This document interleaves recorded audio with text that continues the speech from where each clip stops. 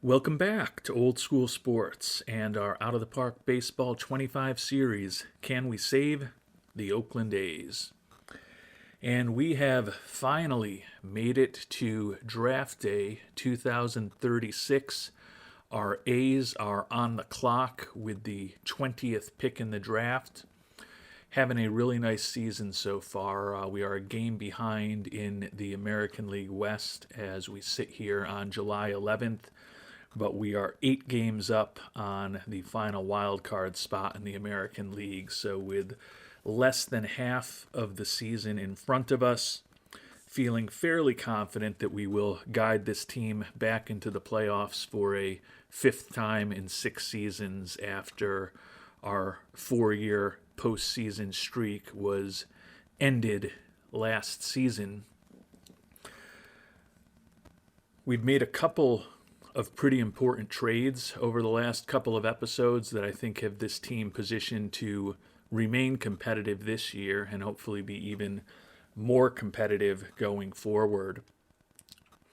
But as I noted, the big focus for this episode is going to be this 2036 first-year player draft.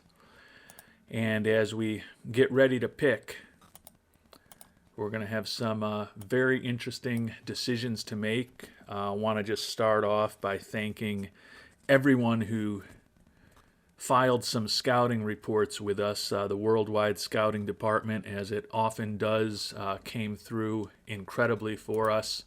Got a ton of great input from viewers on which direction to potentially go. There is a clear number one among the pitchers, according to the Worldwide Scouting Department. There's a clear number one among the position players, according to the Worldwide Scouting Department.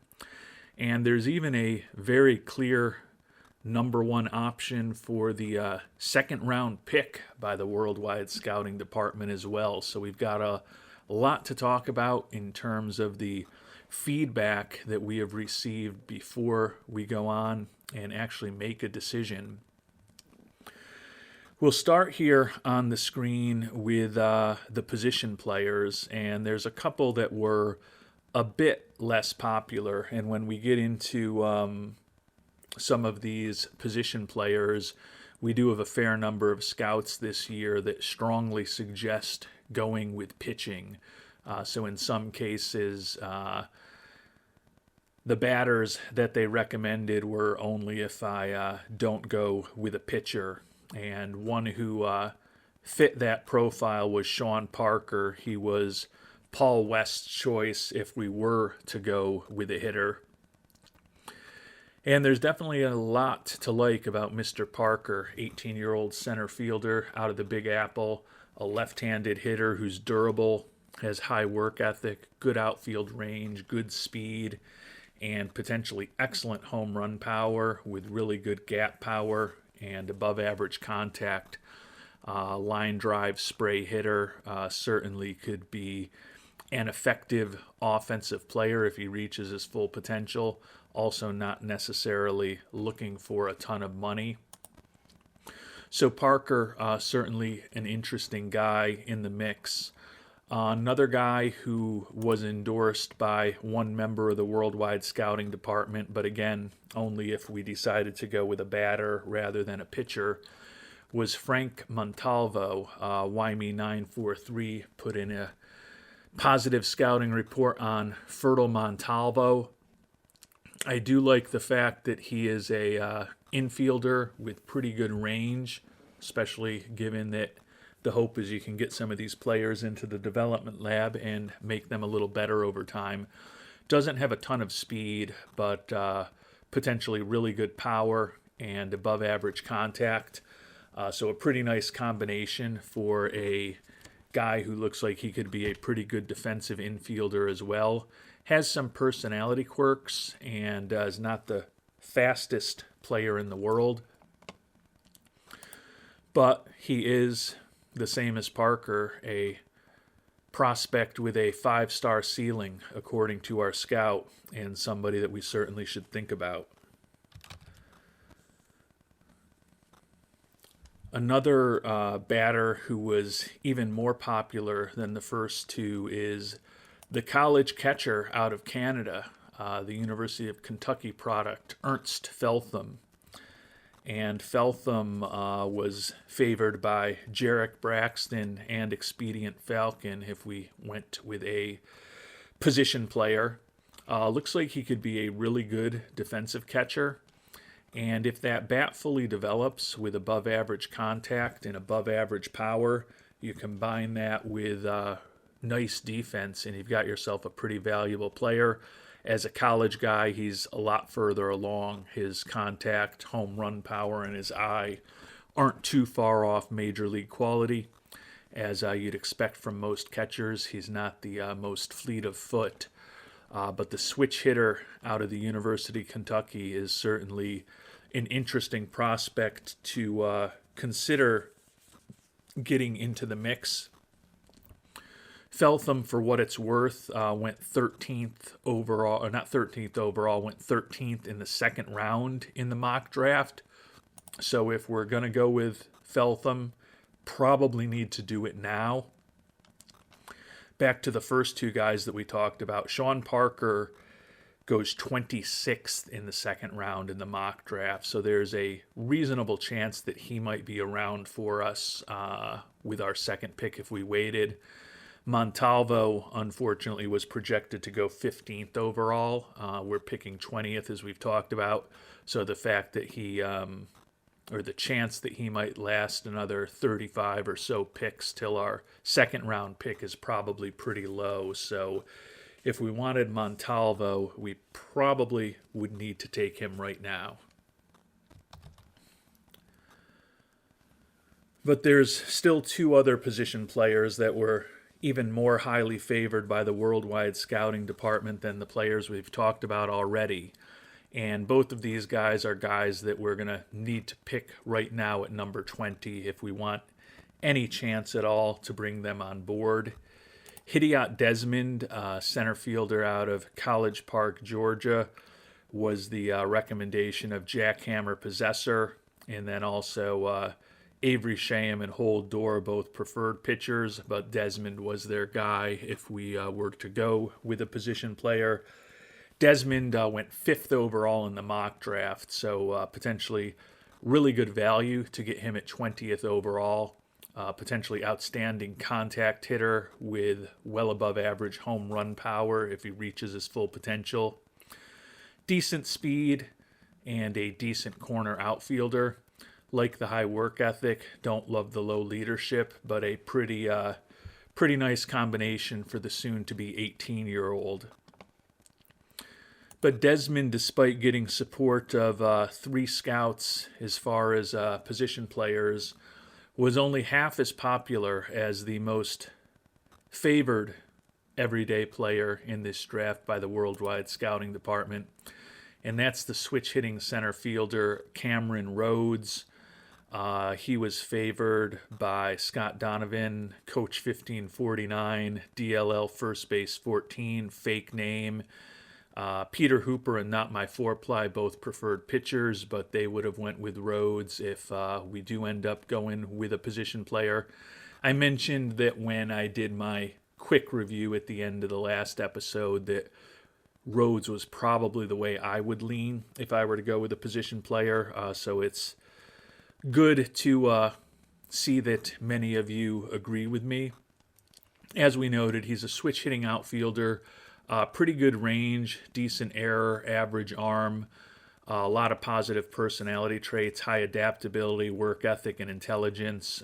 So probably the best personality of any of the players that we've looked at.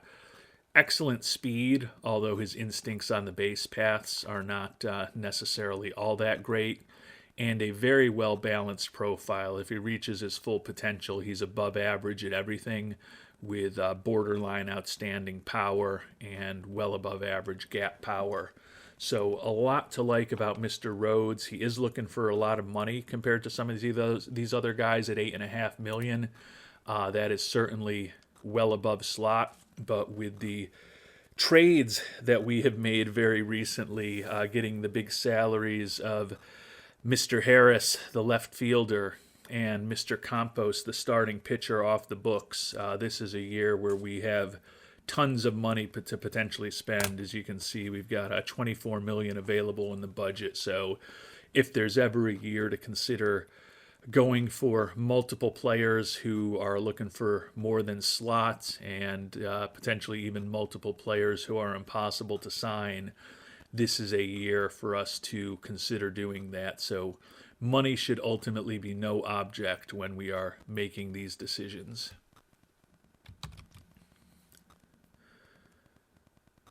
But there's also some interesting pitchers to think about, and three of them in particular generated a lot of discussion and a lot of attention from the worldwide scouting department.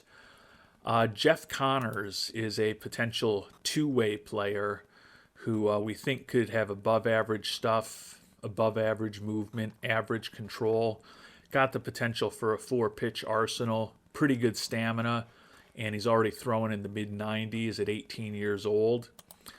He's also a guy who looks like he could potentially have a useful major league bat if he reaches his full potential: above average contact, slightly above average home run power, and a guy who could play just about any position in the infield for you. Wouldn't necessarily be a Gold Glove winner at any of them except for possibly first base, but interesting combination because good glove, respectable bat, and a potentially respectable arm.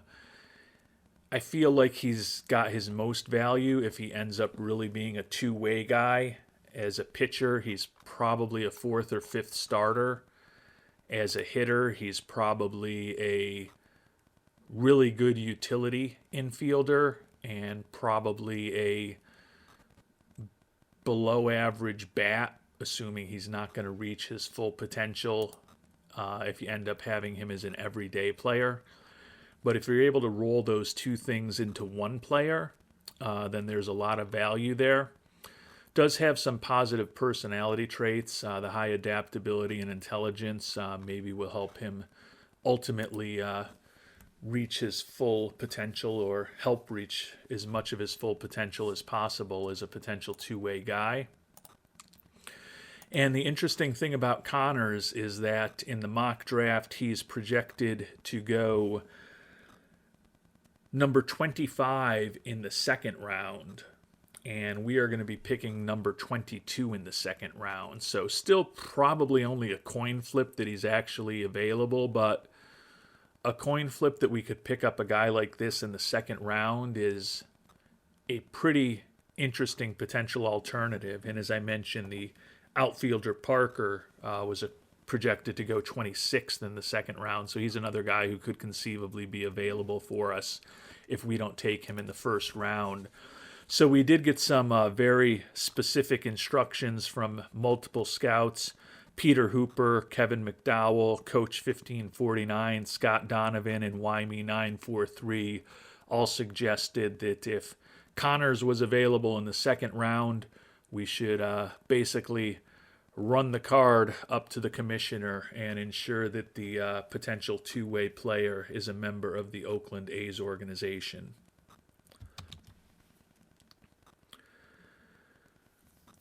But we are still talking about our first round pick right now, and there are two pitchers who are much more popular to potentially pick in the first round, according to our worldwide scouting department. One of them is a high schooler, Jim Reardon.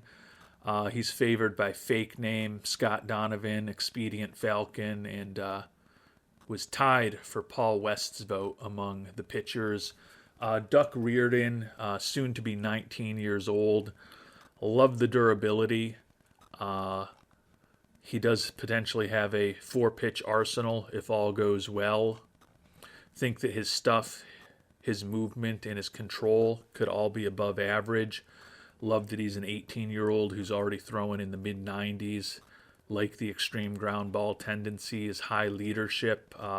Looking for a lot of money at $8.5 million, and he's going to go to Nevada if he doesn't get what he's looking for in terms of his signing bonus. But if we're going to go with a high school pitcher, the righty out of Kelso, Washington, Duck Reardon is definitely a very interesting prospect. But he was not as popular with the worldwide scouting department as Mike Blumenschein, and Blumenschein probably got about as many votes as we've ever had any player get from the worldwide scouting department in these episodes. He was tied for Paul West's vote, and then Peter Hooper, Kevin McDowell, Jarek Braxton, Patrick DeBonis, Not My Four Ply, Avery Shaham, Wymie943, Dodo Dude, Hold Door, and DLL First Base 14 all had Blumenschein at or near the top of their list of prospects to go after. And there's a lot of things to like about him. He's 21 years old, so he is more developed. His stuff is not far off major league quality, and his movement and control don't have a ton to do to get there as well. Lefty has good stamina, excellent at holding on runners. We think he can potentially have a 6-pitch arsenal, and fair amount of confidence that he will get to an effective 6-pitch arsenal, since all of these pitches are already 40 or 45s on the major league scale at this point. Ultimately think he could have really good stuff, well above average control. If you start looking for concerns, it all comes down to the movement. Best case scenario is we think the movement on his pitches is going to be average. He, right now, if he has one hole in his game, it's his proclivity to give up home runs. Only a 30 at the major league level in that right now. And he's also a fly ball pitcher who doesn't throw incredibly hard, given that he's almost 22 years old. Not sure that his velocity is going to increase too much from where it is today.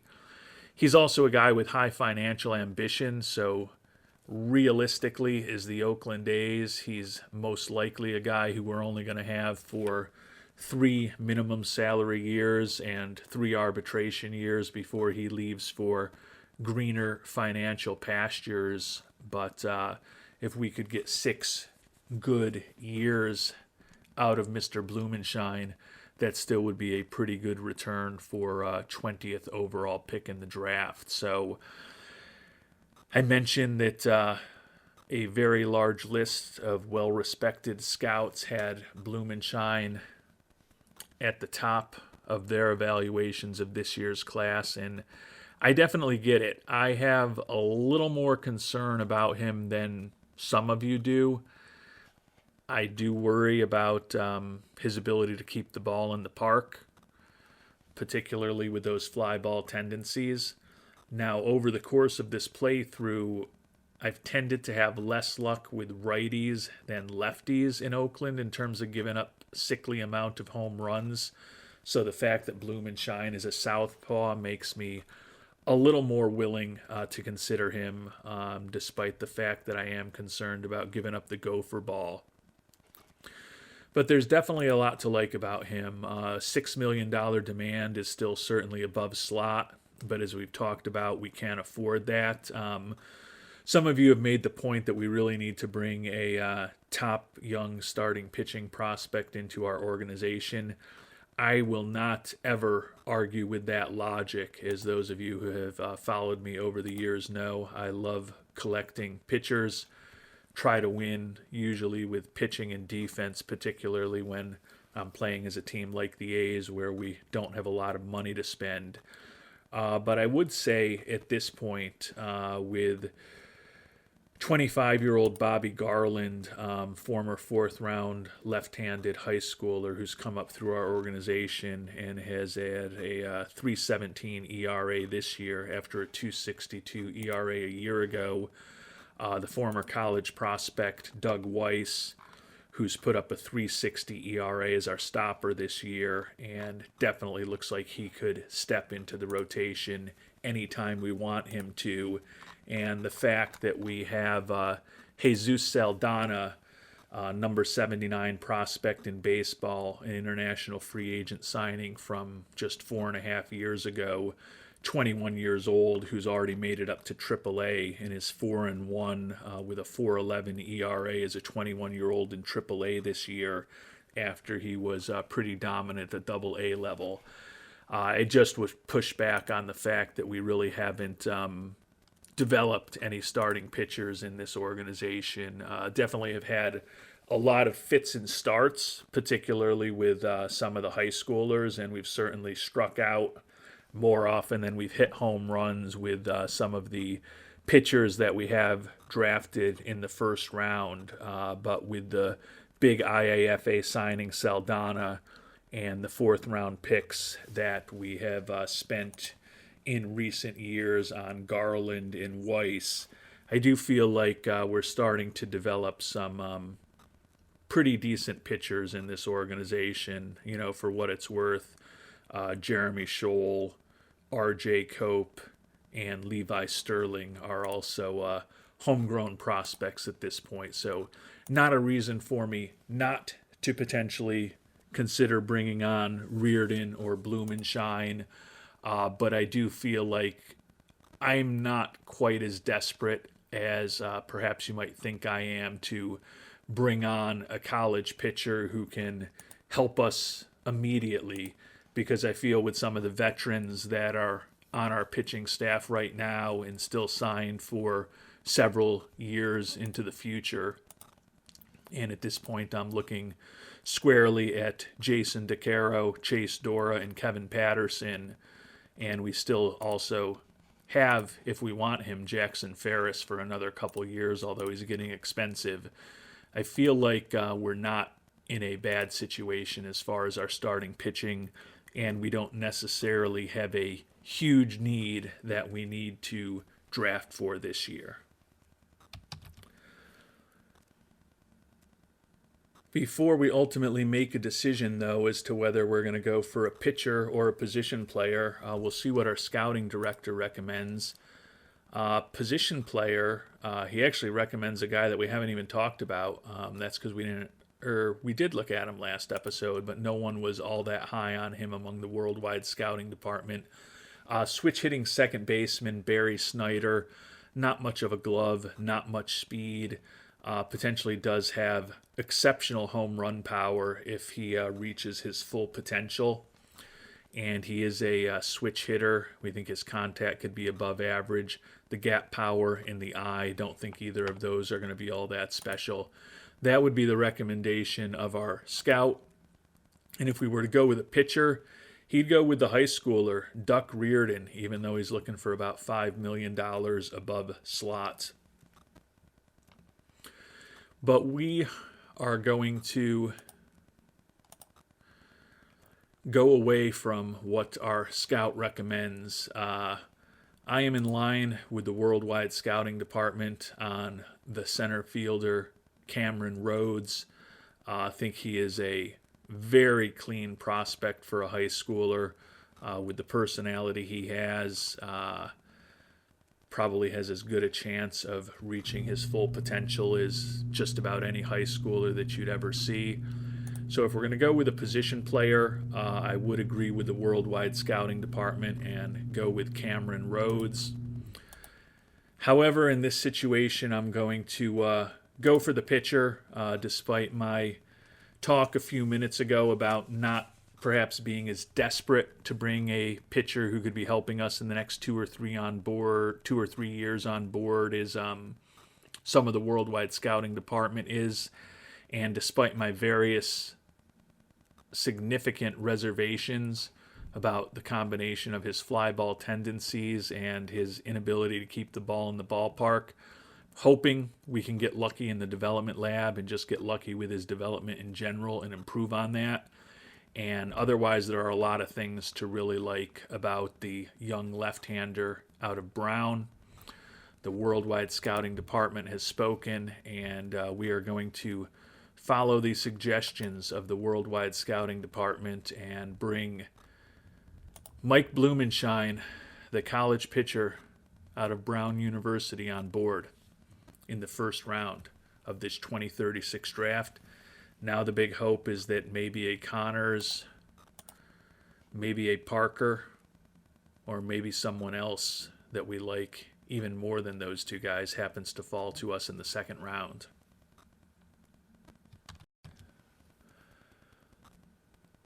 And unfortunately for us, everyone that we talked about that we were hoping might fall to us in the second round as far as position players is gone. Making matters even worse, the same thing happened with the potential two-way pitcher, Mr. Connors. So we can go and look at the draft log and see exactly where some of those guys ended up going. Real interesting. You can see a lot of the guys went shortly after we picked. Reardon, the high school pitcher, went just 2 picks after us. Rhodes, the position player we liked, went 24th.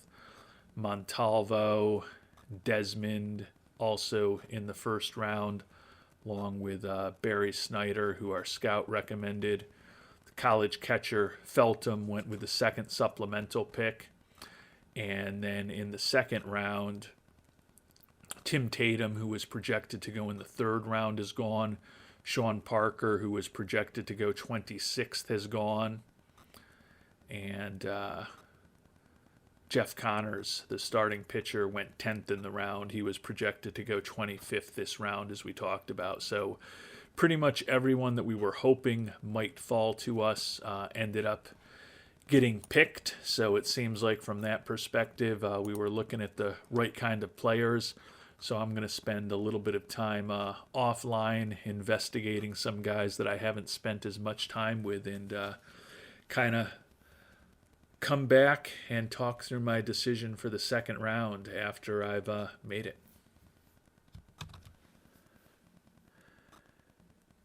And I feel like at times in recent seasons, we've really liked some of the guys who have fallen to us in the second, third, fourth, fifth round, sometimes even beyond. Unfortunately, this doesn't seem to be one of those kind of drafts. The pitchers that are left right now are not particularly interesting at all. If one of them falls to the third or fourth round, I might think about picking them up then, but no one that I'm interested at all here in the second round. There's a lot of decent catchers, but again, these guys I'd feel better going after in the third or fourth round. So essentially, we're down to 4 position players that I'm thinking about here. One is Joe Ferris, second baseman, pretty well balanced hitting profile, high adaptability and work ethic, decent speed. The glove doesn't look that great, but that can be improved if we get lucky. Committed to the University of Kentucky out of South Shore, Kentucky. Like him as a prospect, not looking for a ton of money. The highest rated guy, at least in terms of potential according to our scout, is Zach Beard. Potentially really interesting contact and home run power combination.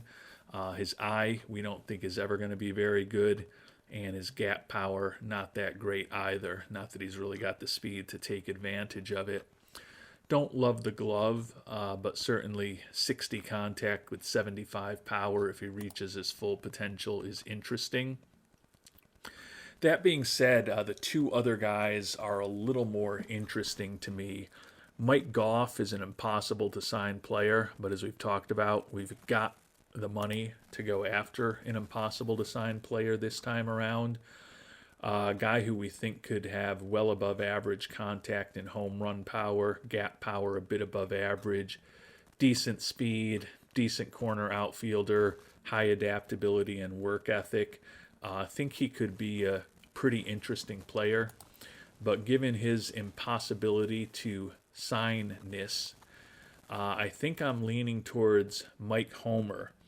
You may remember that we were hoping and thinking that there was a pretty good chance that the two-way pitcher, Mr. Connors, would drop to us. That did not happen, but Mike Homer, as it turns out, is a potential two-way player. 18-year-old out of Lincoln, Nebraska, left-handed hitter, right-handed thrower, durable, has high work ethic. Think that the bat could have above average contact and home run power if all works out. Not the greatest infielder in the world, but certainly looking like a third baseman-ish type profile, which is viewed as his position right now. The pitching, not necessarily exciting. We think his stuff, movement, and control could all at best be average. But he does potentially have a three-pitch arsenal, does have enough stamina to start, is a guy that maybe we could get lucky with in the development lab. I certainly liked Connors better as a prospect, but given my thought that Goff might fall another round or two, given that he's impossible to sign, I think I'm inclined to go with the potential two-way guy, Mike Homer, here in the second round. As I mentioned, there's some pitchers and there's some catchers who I wouldn't mind bringing on board third, fourth, and fifth round, potentially along with somebody like Goff. But here in the second round, we'll see what our scout says. Not shockingly, he recommends Beard, the highest ceiling player on the board.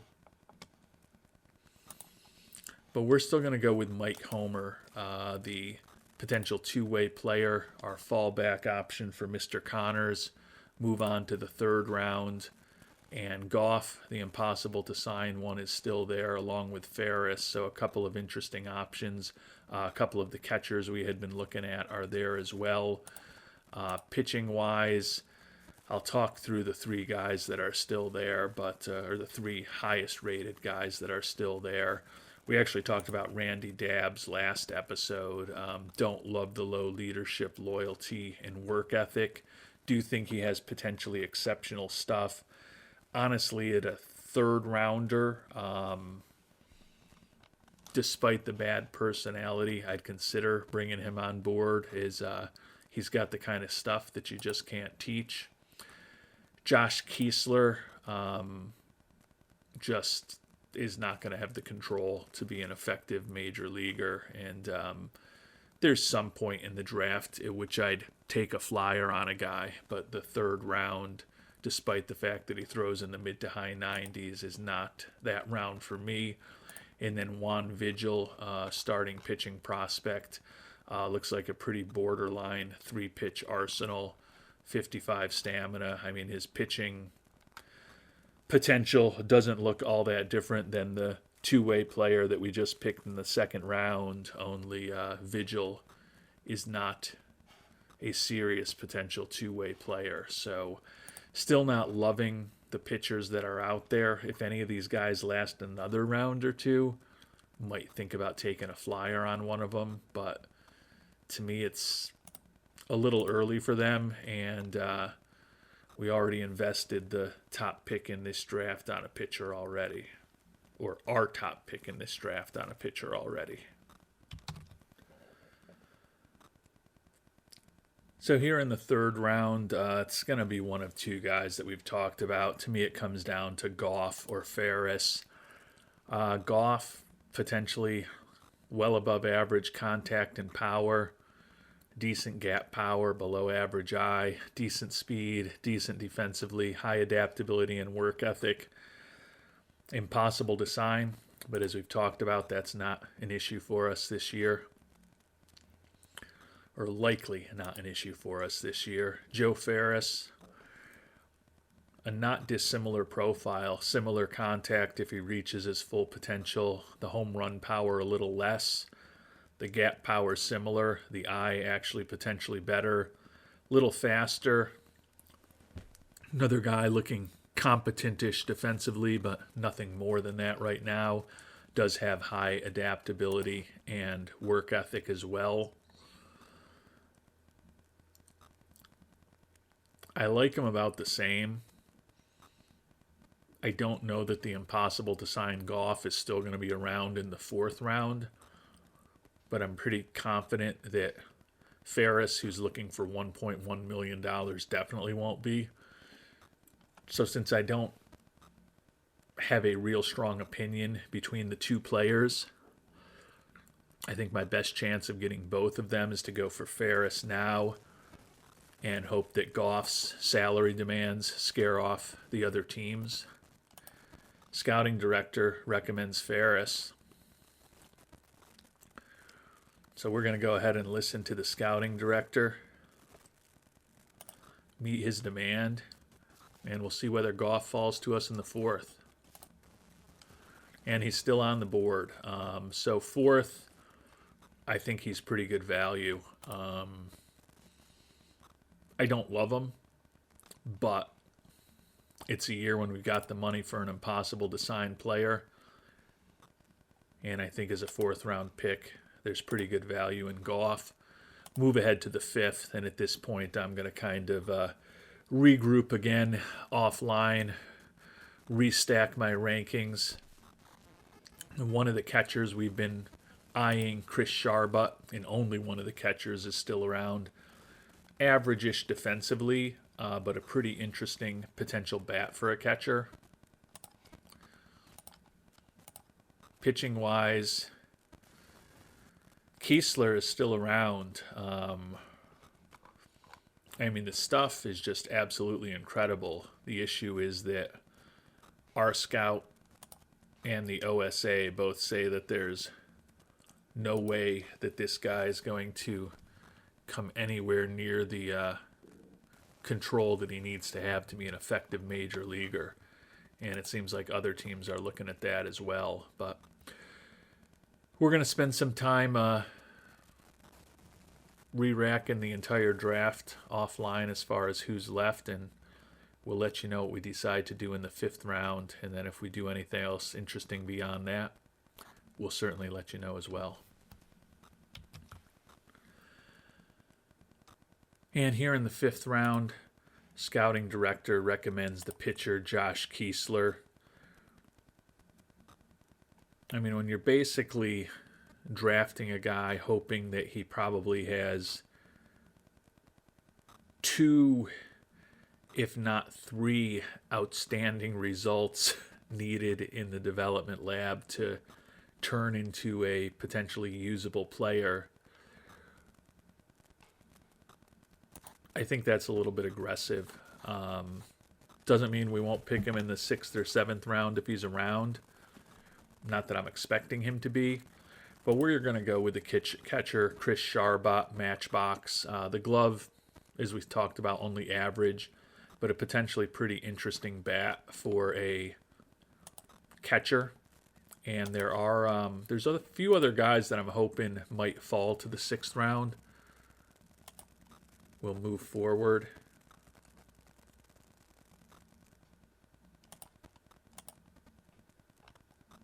And pitching-wise, the guy with the horrible control, whose name I've already forgotten, is off the market as well. So if I do anything interesting in these next 15 rounds of the draft, we'll certainly let you know.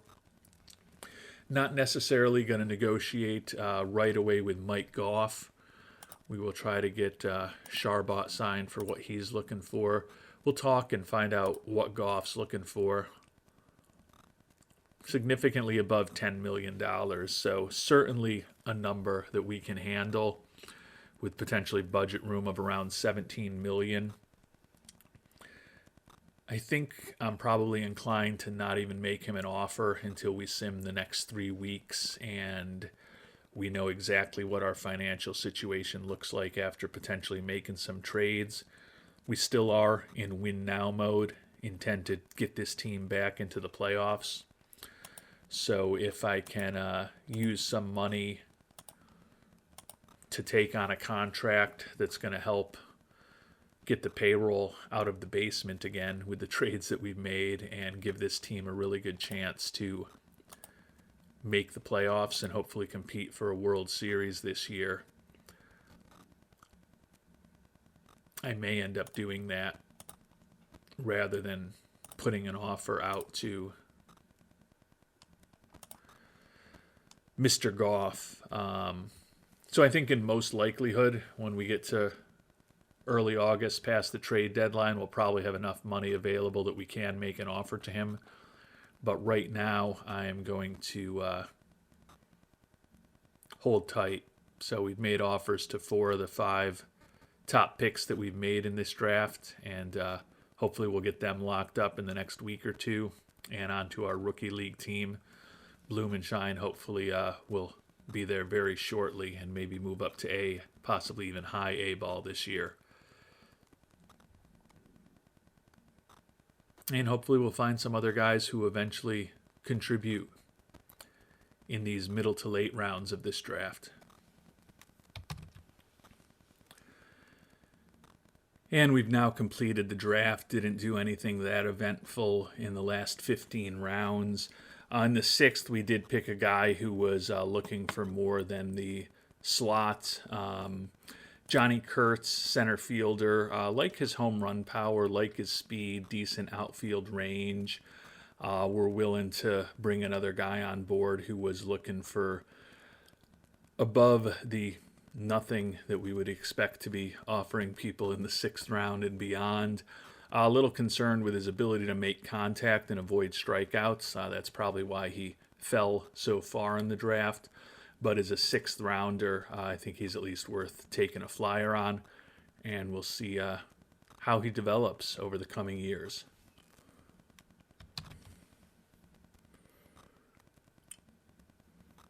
And as we start getting back to the action on the virtual field after spending a lot of time drafting and preparing for the draft and thinking about a multitude of trades over the last several episodes, we'll sim ahead about a week and a half till we get to the All-Star break. Probably not going to make any trades in the meantime.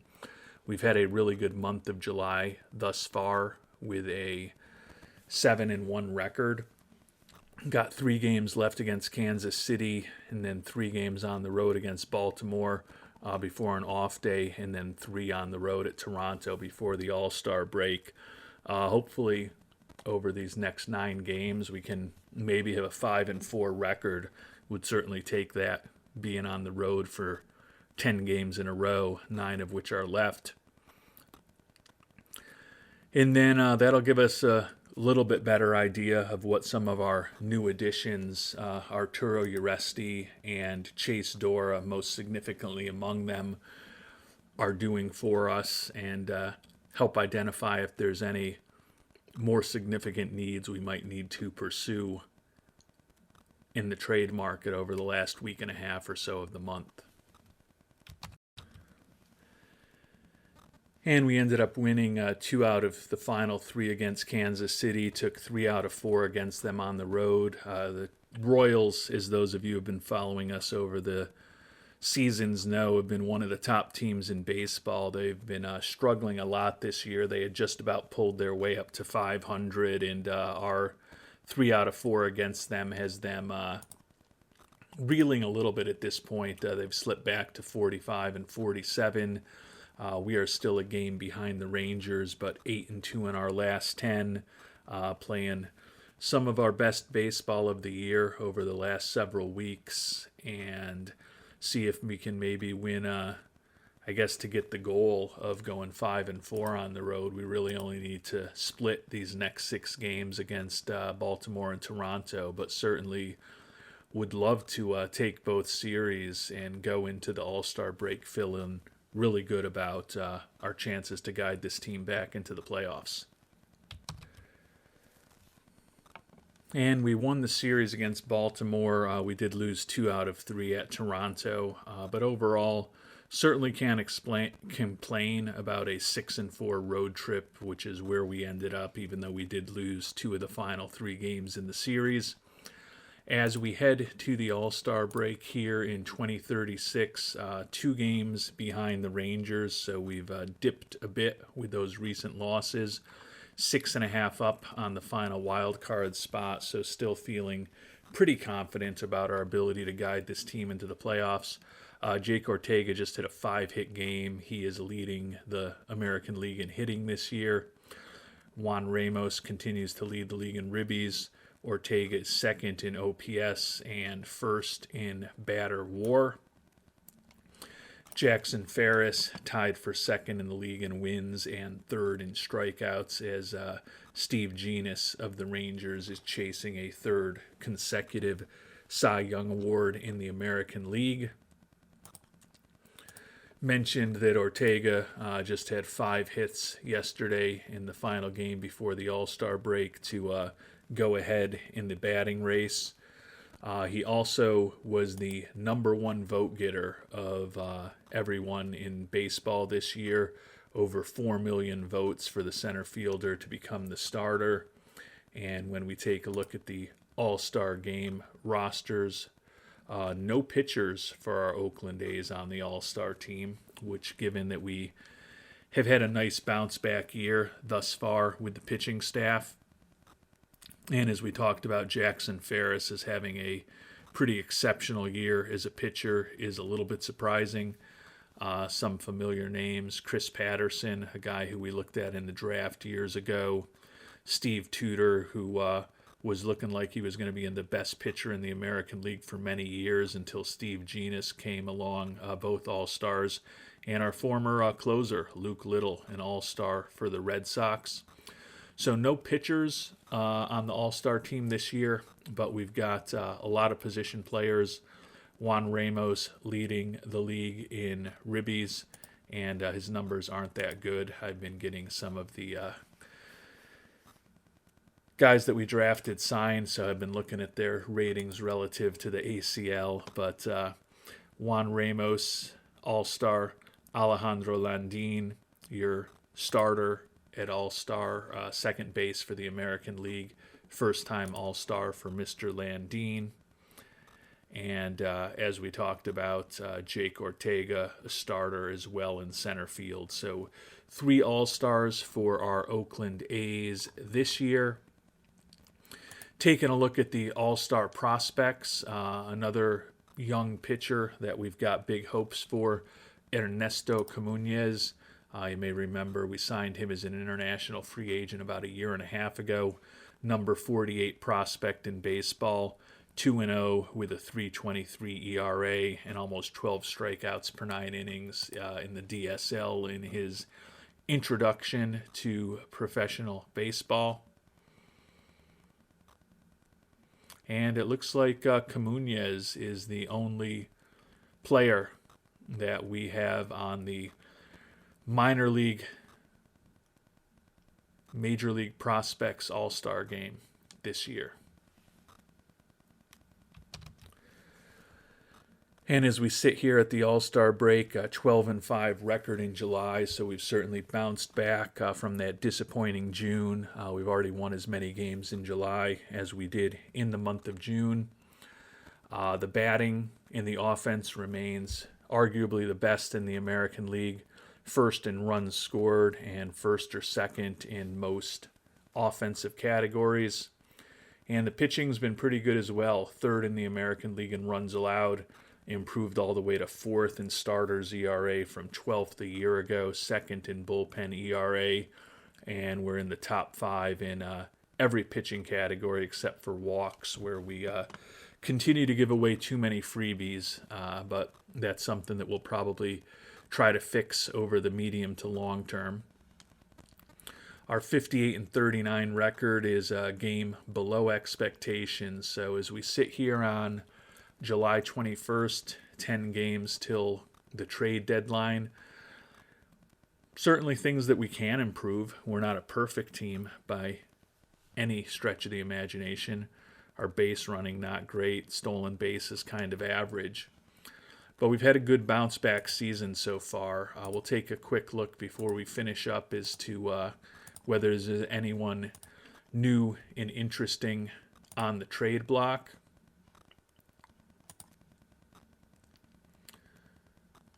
Pitcher-wise,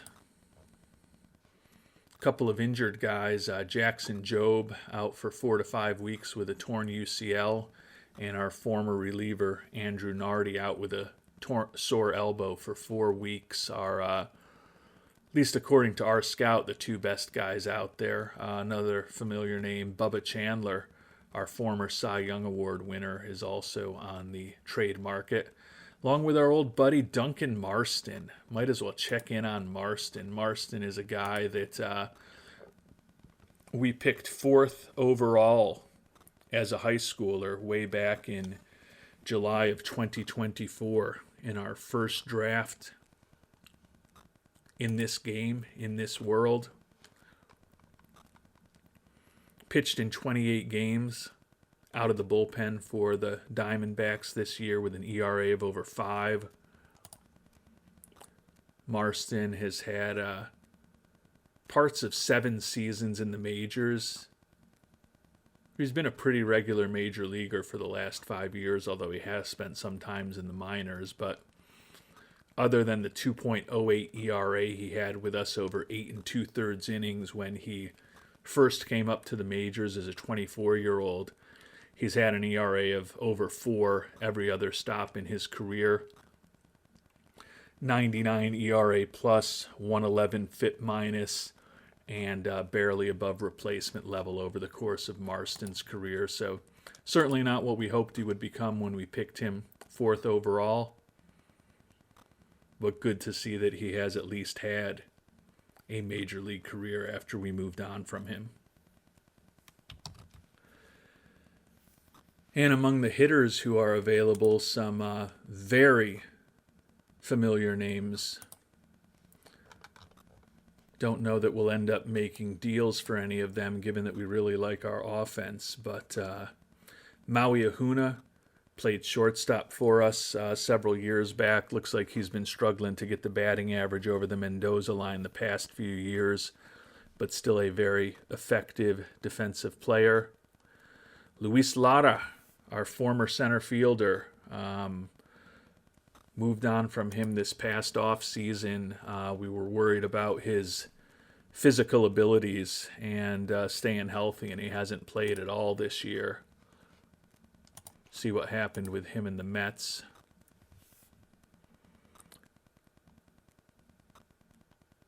Fractured his knee during spring training, and he's still got about 6 weeks till he's going to be back from that. So certainly not a guy we'd trade for, but kind of sad to see that the injuries have become a big issue for Lara. Cameron Cawley, who was shortstop, second baseman for us several years ago before kind of priced himself out of Oakland, although moving on from him was a bit of a proactive and preemptive move about his price, more than his price being real high while he was with us. Another guy struggling to keep his batting average over the Mendoza line. And then Colt Keith, probably the best player that we've had over the course of this playthrough, at least until Jake Ortega came on board. Hit really well after we traded him to San Francisco last year, although he was injured and only ended up playing in 29 games for them. But the batting average has dipped to 207 this year. 5 homers and 17 ribbies in 169 at-bats. Batting profile still doesn't look too bad, but he certainly hasn't been productive this year. And that $25 million that he's getting paid this year, and the fact that he can opt into $26 million next year, given that he's been below replacement level this year, is certainly a contract that we're happy to have off the books, although it is kind of sad to see that he's really gone in the tank pretty quickly. The two highest regarded players out there are Dylan Cruz, left fielder, bat that could certainly help us. He's still not willing to waive his no-trade clause. The same thing had been true of Francisco Alvarez, and he's also still not willing to waive his no-trade clause. So I think those guys might be interesting to try to bring on board. But unless they change their attitude towards a trade over the next week and a half or so, not going to be any realistic way to bring either of those players on board. So I don't think there's any real obvious must-have guys who are on the trade block. Doesn't mean that we won't explore some options. Doesn't mean that we won't look for some guys who aren't on the trade block and see if we can put a deal together. But at this point, I think it's probably going to be a relatively quiet run-up to the trade deadline for us. As we've talked about, we've made a few pretty significant trades already this month, and we like the way the team is playing. Check in one final thing before we finish up. Chase Dora has now started 3 games for us.